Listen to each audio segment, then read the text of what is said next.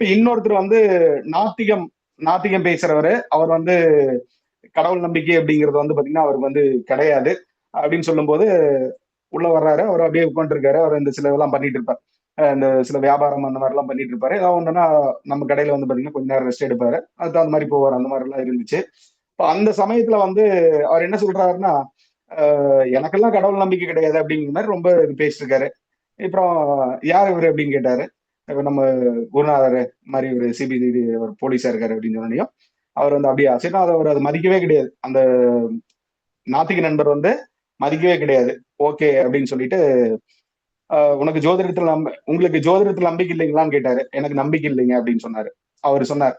அப்போ சொன்னதுக்கு அப்புறமா இவரு, "ஓ! அப்படியா?" அப்படின்னு சொல்லிட்டு, சரி உங்க பேரு இப்ப இந்த டைமுக்கு உங்களுடைய பேரு சந்திரன் அல்லது சாமியில வந்து பாத்தீங்கன்னா முடியணும் அப்படின்னு சொல்லி சொன்னாரு.